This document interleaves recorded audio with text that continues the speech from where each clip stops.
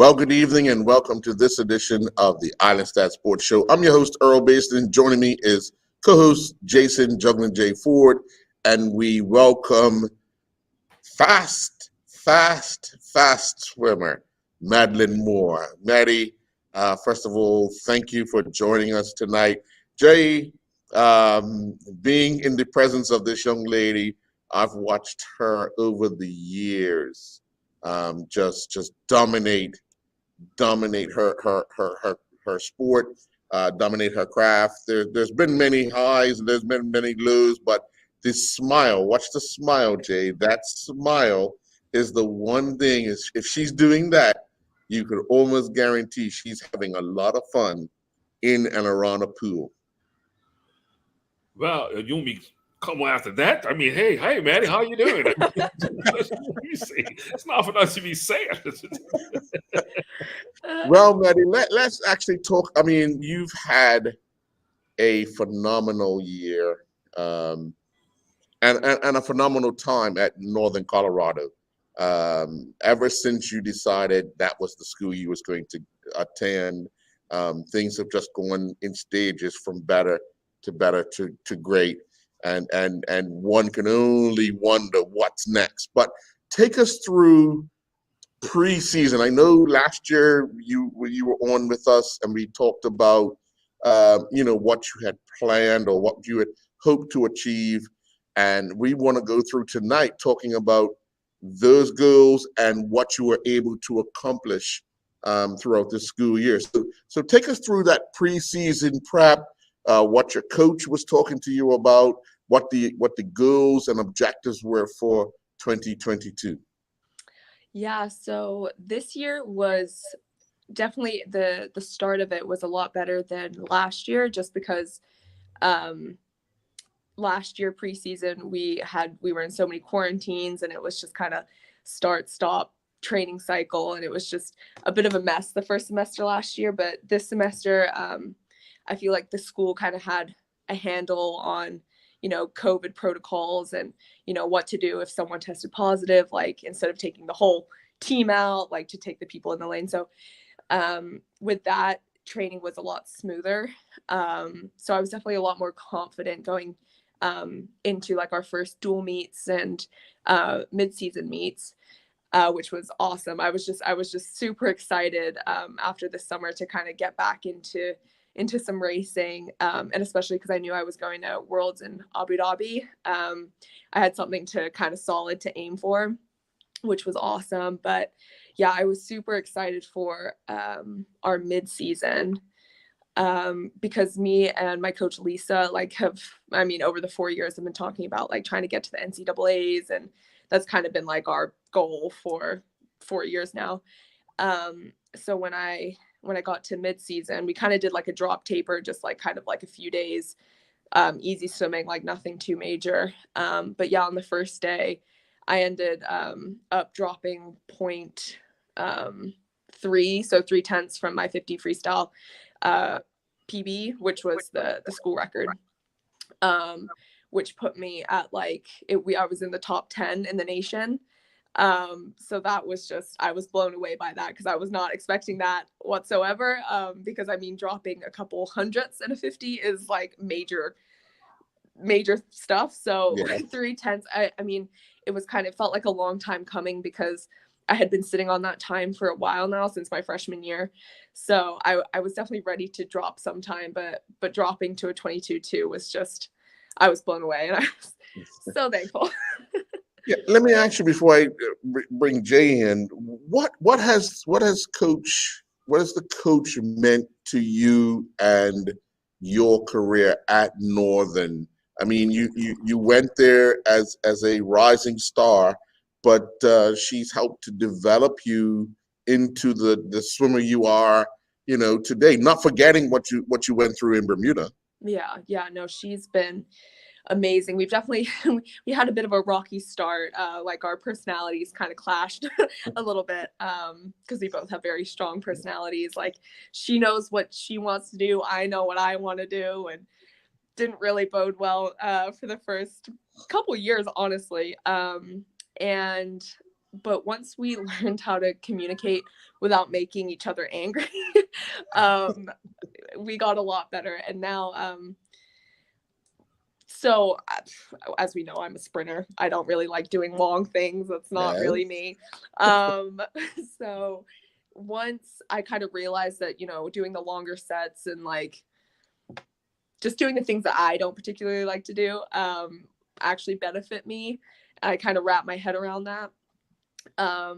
It was kind of like a click, and I was like, you know what? Like, she's not trying to make my life hell. She's just trying to, make me better. And I've realized that now. And yeah, definitely, we get on so much better. And, if I have like a problem with something, like I can always go to her and she'll explain to me like why we're doing it, or, we can always modify it. And, but yeah, we've over the years definitely gotten really close, especially, starting of last summer, she started traveling with me to kind of these like qualifying meets. And so we've had a lot of one-on-one time. So, we've definitely grown to love each other.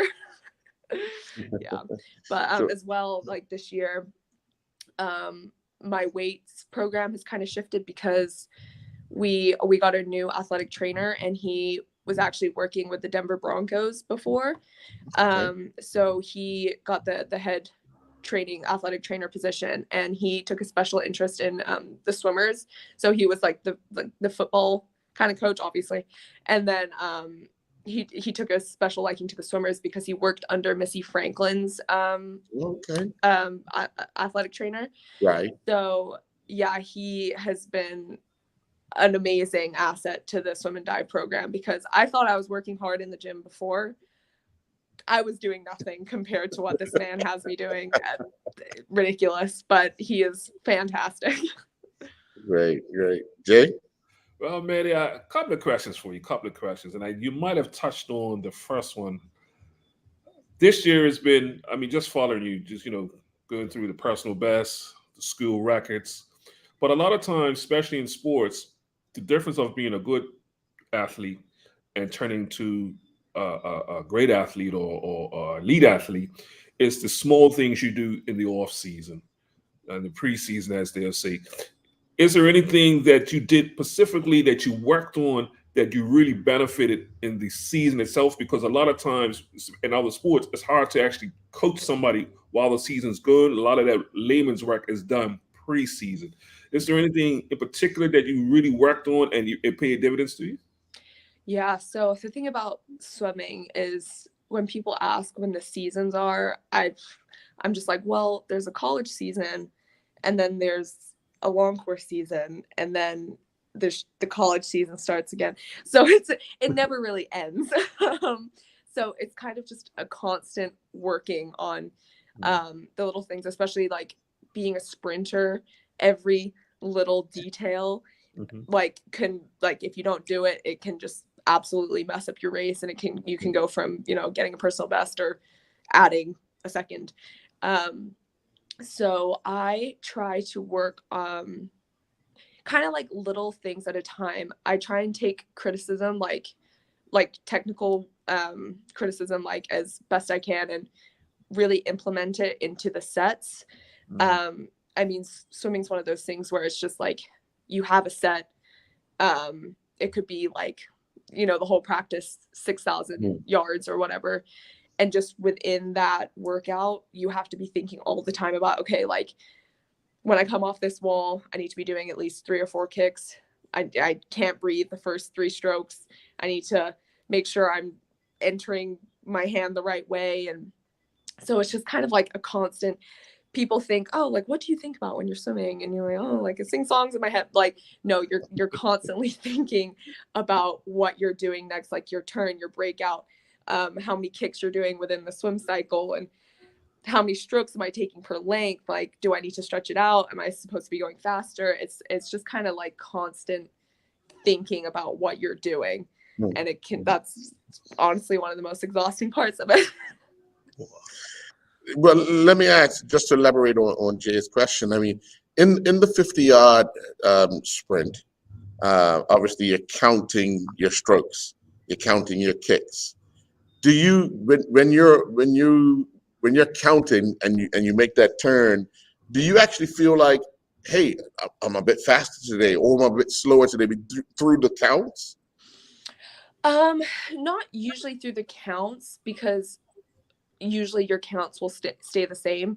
Because like I know, like in the 50, like I'll take like 6 kicks off the start, 12 strokes into the turn, and then 15 strokes on the way back.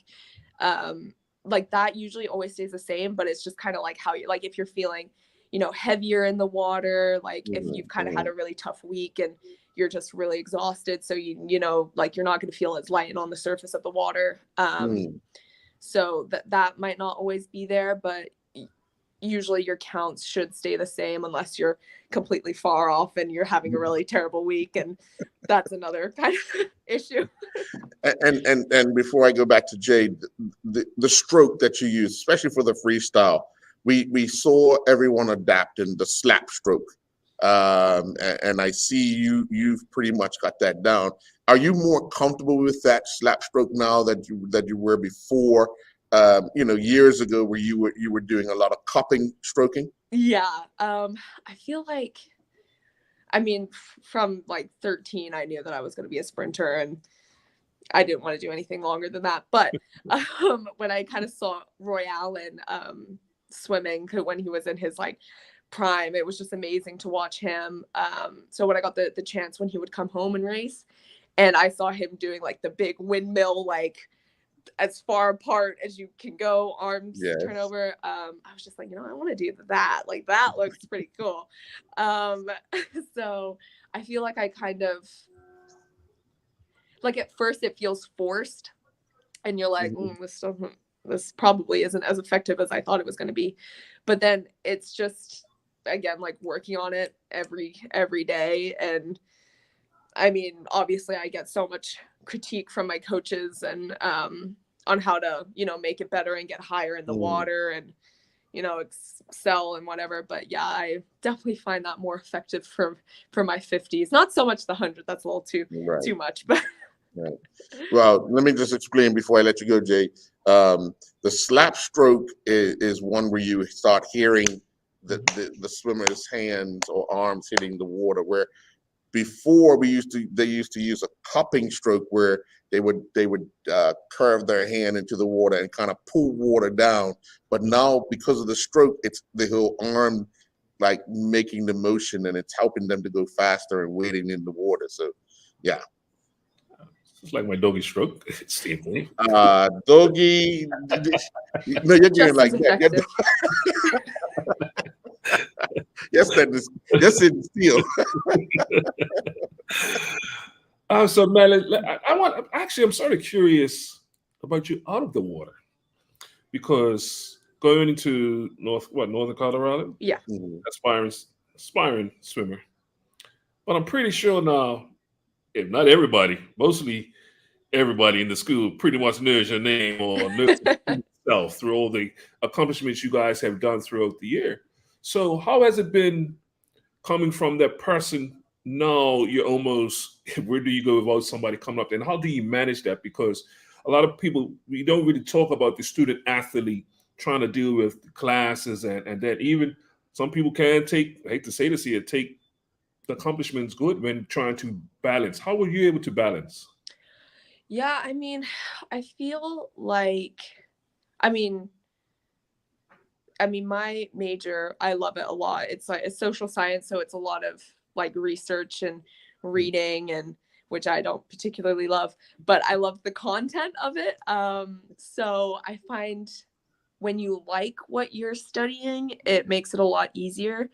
But yeah, I've never really found managing it, because I feel like being a swimmer, obviously for my whole life, you kind of learn to manage all your work. Even when I was at Work Academy, doing my GCSEs and then going to Plymouth and doing my A-levels, like you just have to manage your time well. Like when I before we left for a conference, like I had to get like a week or two ahead on work, and then when I got back, I was like making sure that I was getting, I had another week to then before we left for nationals. So it's just kind of a constant, you need to be kind of a step ahead of the work. But yeah, I've never really found it to be like I'm drowning in schoolwork and finding it really tough, just because I mean, I love what I do. I love swimming and I love lifting and I love like everything that comes with that. So, you know, it's just something that has to be done. Well, I'm picking up because doing some auditions in performing arts, especially when they hear about the kids, especially at Work Academy and some of the other schools. Time management was something that was very important to teach these kids, because once again, the workload of for the studies, but also getting the community hours, whether they're on sports or performing arts. I'm saying, well, it's only 24 hours in a day. Now, how are you getting all this done? How are you getting all this accomplished? But they're very strict on the time management. So you would probably say some of that teaching or some of those traits or those habits you came from Work Academy is probably helping you even to today while you're in college? Oh, yeah, 1,000%. Yeah. I mean, it's even down to like, you know, in between classes, if you had like a free period or something, it's like doing like the little things so that once you kind of get one thing done, it gives you the motivation to kind of keep going and you just kind of feel accomplished. And I just feel like once I write that paper that I've been like putting off, or I just feel so much better. And it's like a weight has been lifted. So I'm just like, well, if I just do it now, it's done. And I don't have to worry about it anymore. That's where I went wrong. That's where I went wrong, girl. Yeah, that's where a lot of us went wrong. But let's take a quick commercial break. When we come back, we'll have more with Maddie Moore. We'll be right back.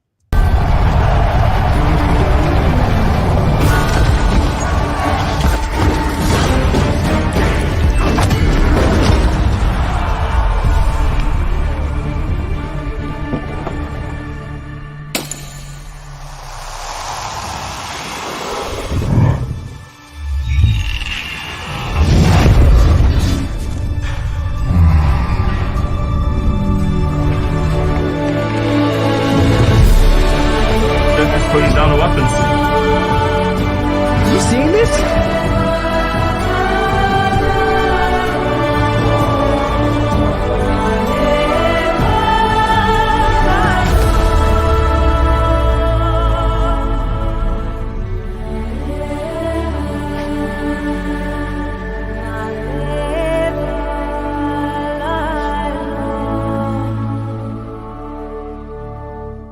This month, John Barrett & Son bring us a premium thirst quencher from North Carolina, the Blue Ultra Purified Water. Many other bottled waters use reverse osmosis to reach an acceptable level of purity. Le Bleu uses a 5-step purification process, which includes fractional vapor compression, distillation, and ozonation, assuring purity and a unique, appealing flavor. Consumer testimony repeatedly praises the taste of Le Bleu compared to the other brands, and this, along with superior purity, makes Le Bleu a must-try. Lynn knows. Why go anyplace else?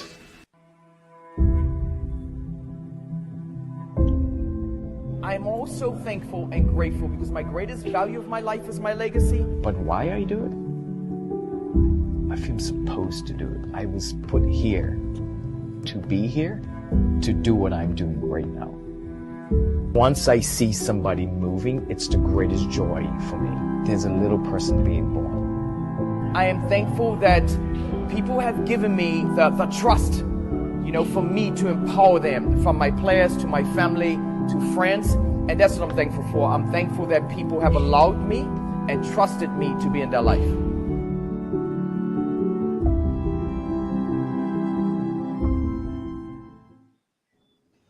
Welcome back. Maddie, how do you think you've handled the pressure of being what one would consider the superstar of a swim team? I mean, all eyes are on you, especially when it comes to the sprints. A lot of the team look to you as a quote-unquote captain, leader. How have you managed to handle that personally?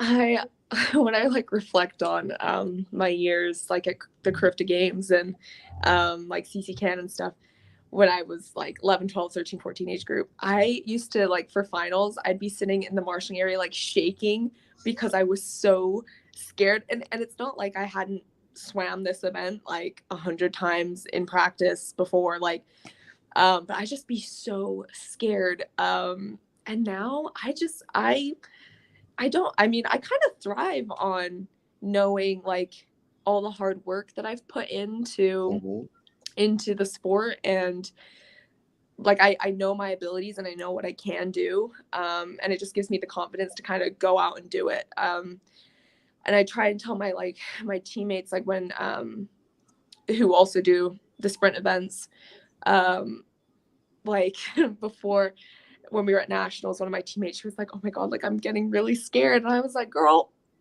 we've done this so many times. Like there's no need to be scared right now. Like all you have to do is go out there and do what I know that you can do. And then that's it. And that's all anyone can ask from you. I feel if you put a ton of pressure onto yourself, I feel like that's kind of where issues start to arise. And but now I know what I can do, and like I remind myself, like when I'm doing a hard set and I'm starting to get really tired, I'm just like, well, when I get to the end of a 4-day meet and I'm exhausted and I'm getting, like, I always get sick at these meets because I'm just pushing myself to the limit. Right. I'm just like, this is why I'm doing this. This is why I'm working so hard so that I can get to this point and know what I have to do and not be scared that, oh, like, what if I don't do it? What if I, it's just kind of always putting yourself in situations that are going to, you're going to better yourself. Jay? Yeah, I'm sort of curious now because I'm like, what's next? What is really next? So we was talking off air, probably some of the long-term goals. What are some of the short-term goals that are coming up for Maddie in the next 6 months or so? So currently, so originally there was supposed to be a long course worlds in Japan in May, but they got canceled because Japan had a lot of COVID cases. So they were moved to the end of June, and now they're in Budapest. So hopefully I'll be going there. And then obviously the Commonwealth Games are coming up at the end of July. So I hope I get the selection process is still happening, so I haven't been selected for that yet, but hopefully I get selected for that because hopefully I'll be making semifinals there. I was looking at the times that happened at Gold Coast, and I'd be up there. So, and especially with the way that, swimming is not like a upward trajectory, it's ups, downs, all of that. But if I keep training the way I'm training, and me and Coach T, the weights coach, we have a very solid plan for when I get back to Colorado. And yeah, the spring is my favorite time of the year because you get to like mix it up in the weight room and with dry land and start to do stuff outside again because it's not below freezing. So yeah, this is definitely my favorite time of the year to get some work done. Yeah. Well,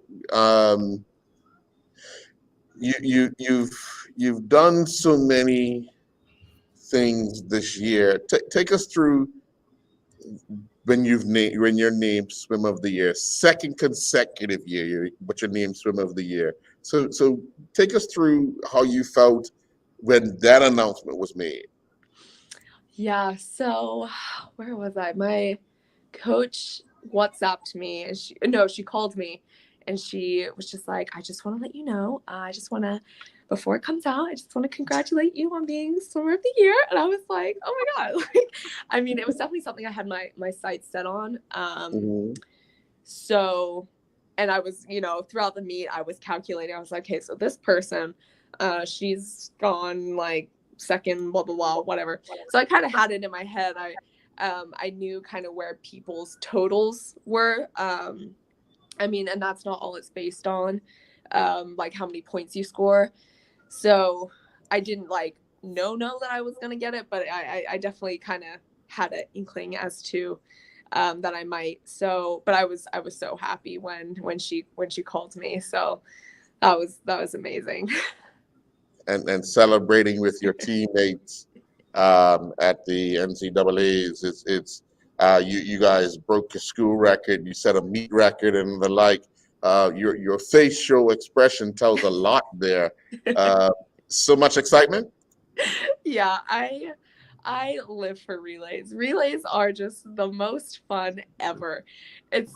I don't know, like I love my individual events, but just coming together with like your teammates and just getting behind one another, it's just the most amazing feeling ever.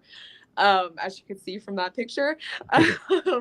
But yeah, they're just so exciting and honestly just the best. Doesn't look like there's a lot of room on that deck to celebrate, but you guys made the most of it. Nope, there was not. Yep, COVID wasn't a thing there, so it's fine, you know. But yeah, they because this was last year they only had the women there because of COVID, so they kept everything separate. But this was a kind of first year back where there were the women, the men, the divers, like everyone, and then spectators. So it was busy. Now, we're going to take another commercial break, but when we come back, I'm going to put up a picture of your gold medal or record-breaking performances, and I just want you to take us through each race. Okay? We're going to take a commercial break. We'll be right back. The history of everyday use of spices extends back thousands of years into antiquity. Since 1976, the Frontier Natural Foods Co-op has been bringing a wide range of exciting and authentic flavors to the table. A comprehensive range of ancient traditional herbs and spices produced organically and sustainably. The results are good news for the environment and more robust, fragrant essential oils in these natural seasonings. This month, we're featuring Frontier Natural Products, at least 95% organic salt-free lemon pepper. Lindo's. Why go anyplace else?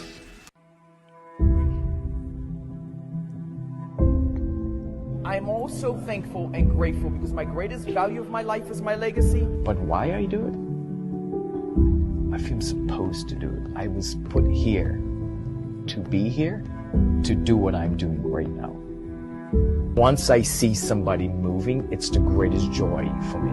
There's a little person being born. I am thankful that people have given me the trust, you know, for me to empower them, from my players to my family to friends, and that's what I'm thankful for. I'm thankful that people have allowed me and trusted me to be in their life.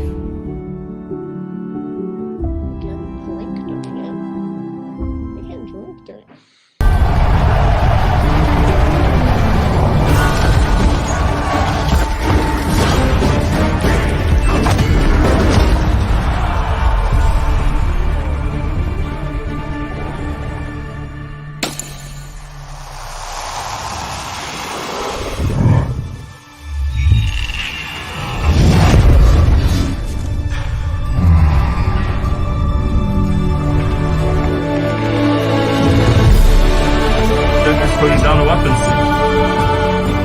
You seeing this?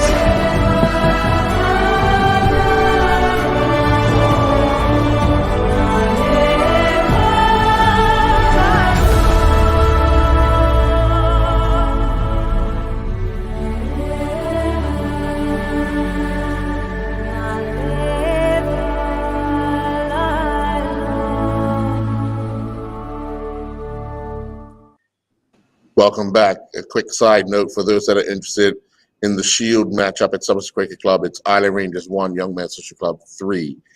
So welcome back, Maddie. This one, gold in the 100 back. Oh, you finished third. Sorry, third in the 100 back. Yes, I know. We'll say this one hurt a lot. So this was on the second day of nationals, and on the first day I had I made my events so that it got kind of easier as the days go on, because I like the last day of conference I was so sick. It was, the 100 free was a struggle. So I wanted to make my days easier. So the first day was, I had 6 events that day. So this was the day after, and I went into the prelim session, and I kind of knew in my head like what I would have to go to make the A final, and without like kind of overexerting myself and doing too much to get in. So I did it, and I just got in, thankfully. And I went into the final session, and I was again already sick, which is just awesome. But again, I knew, I was like, I've done all this training. I've trained when I'm sick, and like I've prepared for this.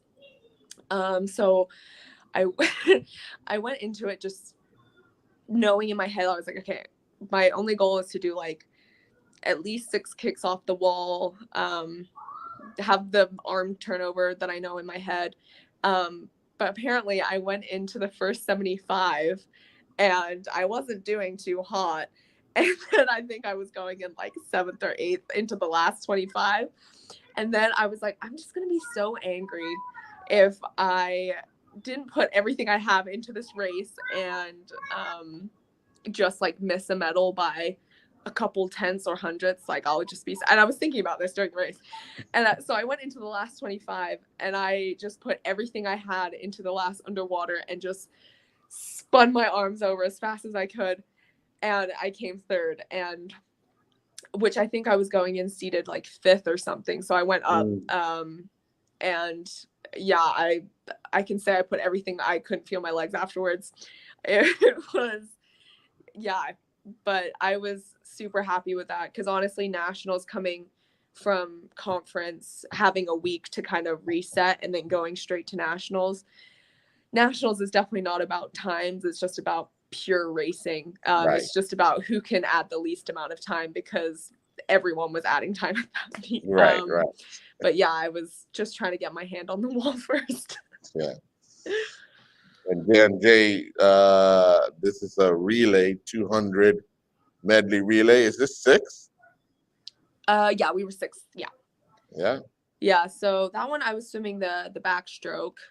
And yeah, that was an amazing swim for us, because I mean, coming from a mid-major school, especially having teams like Tennessee and like West Virginia there, like really big name teams, and being like a mid-major college team that's, you know, not too many people have heard of, and placing in, you know, the top 10 when there were 60 teams there. It was amazing for us, and that I think was one of like the top 3 fastest times we had ever gone. So, you know, just coming off of conference where we had we broke the school record, but then we ended up getting disqualified, unfortunately, because our freestyler left point early, 0.03 too early. Actually, you know what? I saw the video and I wondered how, well, obviously a judge is trained to watch that, but I watched that particular part over and over and over, and I from the naked eye, I couldn't see. I saw it, and I was like, I did because you're not supposed to make any big movements to alert the judge, but I looked at him and he didn't move, and I was like, okay, we got away with it. You got away with it. We got away with it. That's okay. And then they go back, because it like from when you leave the block to when they hit the touchpad, there's like a timer. Right. So it was negative 0.03. But honestly, we were just so, because that was the first event that we had at conference, that we were just over the moon that we had gone the time that we had. So sure, yeah. Sure. And then this one is 11th in the this is 400 medley relay. Yes, yeah, that was at the end of the first day. Yes. So I had swam 5 events before that. So I was kind of on my last legs a bit on that race. And I think the first day people were still kind of getting, because we had the day before we were up at 3 a.m. We had a very long travel day. So we left Greeley at 3 a.m. and then we didn't get to Elkhart, Indiana until 7 p.m. Yeah, so we were going and all day, and then we started competing the next morning. So I think it got some people a little longer to kind of flush out the travel and get going. But once we did, we were completely fine. And then of course this race, the 200 free, where you finished 5th. Yes, yeah, we were that one. I think I was the only one who broke 22 and went. I went a 21.7, which was awesome. Because it gave me that was the first event on the first night final, so it gave me confidence going into my 50s that night. But yeah, we did.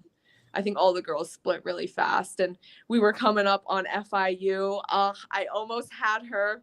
And Yeah. I wanted Yes, to get you her did. so bad, but yeah, Another it was amazing. another 4 or 5 yards, maybe. I'm telling you, I was catching her.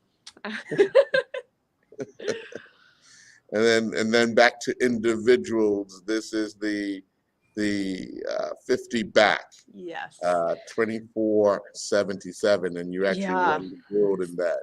So that one, so that was the first individual of the night, and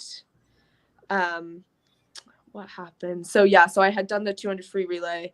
Then I had kind of like a long break because it was a super long meet to kind of get ready for the 50 back. And in the prelims, I messed up a couple things, so I knew I had a few things to work on in the final. But honestly, I was kind of like, okay, if I'm top 3, I'll be super happy with it. I don't know, I'm not kind of feeling my backstroke right now. But I was just like, if I just work those walls and I just spin as hard as I can and I just touch the wall, whatever, it's fine. And then I saw first and I was like, oh, okay, I'll take it. I'll take it. I'm not mad at that. And then obviously your famous pose, 50 free, 22.39.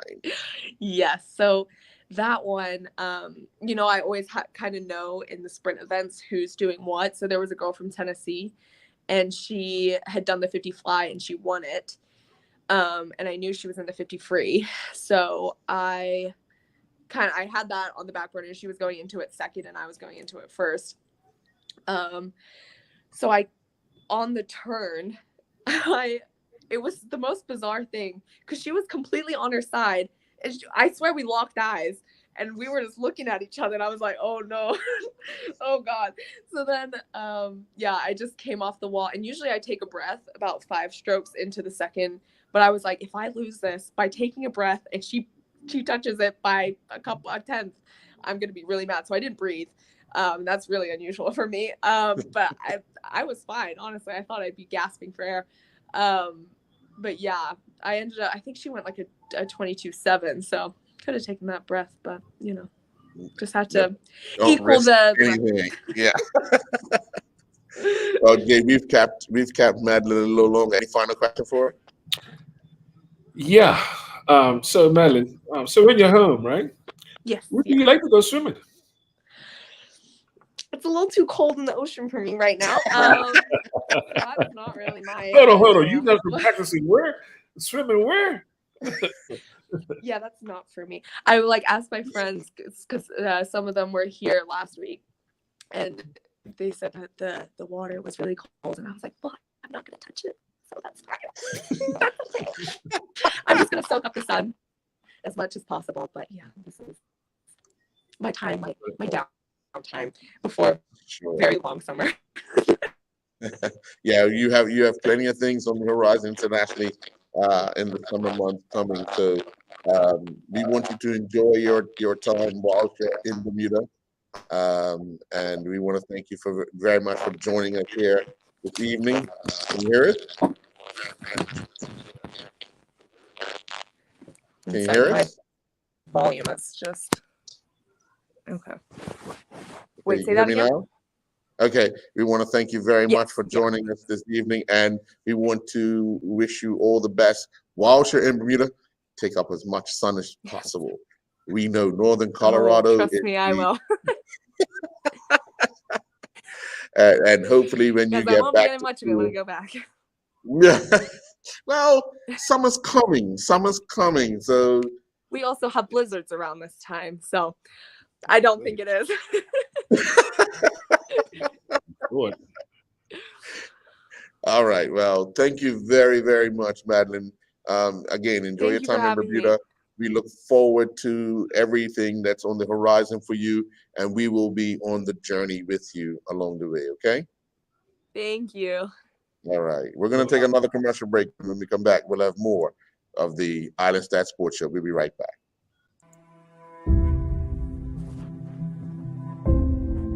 I'm also thankful and grateful because my greatest value of my life is my legacy. But why I do it? I feel supposed to do it. I was put here to be here, to do what I'm doing right now. Once I see somebody moving, it's the greatest joy for me. There's a little person being born. I am thankful that people have given me the trust, for me to empower them, from my players to my family to friends, and that's what I'm thankful for. I'm thankful that people have allowed me and trusted me to be in their life.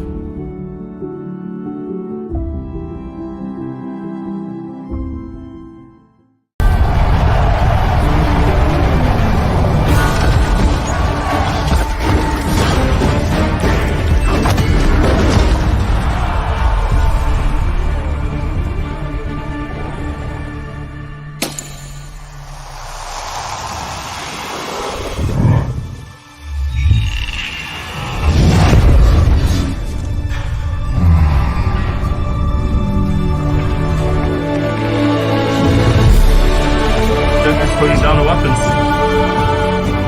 You seeing this?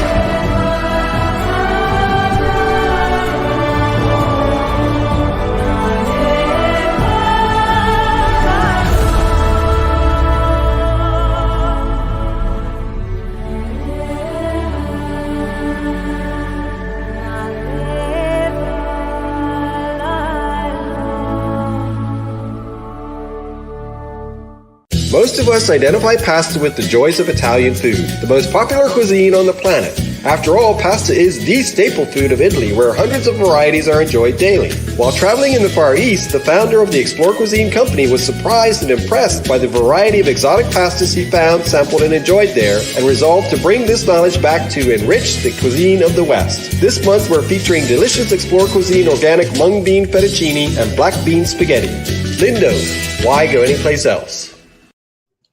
And welcome back. Well, Jay, this evening's going to be a short evening. We were hoping to be joined by other guests, but unfortunately the schedules didn't allow them to join us this evening. But we had Madeline Moore, and going through that list of the NCAA's championships with her, I think, just her reminiscing about each individual race was something special, because when you have a chance to reflect, and I know as an athlete, when you have a chance to reflect on your good times, even your bad times, it's just something that you like to do because it brings back so many memories. Yeah, most definitely, and especially at the collegiate level. I mean, as you know now, the NCAA basketball championships are ongoing as we speak. And I've told you many times, I prefer watching college sports over professional sports any day of the year, because of it's not about the money. It's about it's about the camaraderie. It's what we went through. And then the arenas or wherever you are, people are just, it's a madhouse, right? Excitement. The energy, don't think people are going to sit down and watch something. That jump, it's not. So that's at the event. But also, remember, you got the rallies and all that, the school rallies leading up to these events. So it's almost like a week. And then once you get into these big tournaments or these big meets, it's got to a bigger hype. So these are the memories that she's going to take and remember for the rest of her life, because I'm pretty sure, I mean, some of the major meets, you want to have the same energy like you have it at these collegiate meets, right? Rather it's swimming for Bermuda, but to have, all these fans, because rather they know her personally, you got so many people represent those schools, or take, for instance, represent a mid-major, right? Just the fact that a mid-major is going up against a bigger school, I'm going to be for the underdog regardless, right? So it's something that you could see the enjoyment. Just there's pictures. They say pictures say a million words. I mean, you could see the joy and tribulation they had. So I just wish her all the best, and enjoy the journey. Enjoy the journey. Definitely. Well, we'll be along for the ride, that's for sure, and many others who are taking this journey. So we'll be back next week or Wednesday with another edition of the Artist That Sports Show. Hey, have a good week. Take care, buddy. Thank you. Have a good night, folks.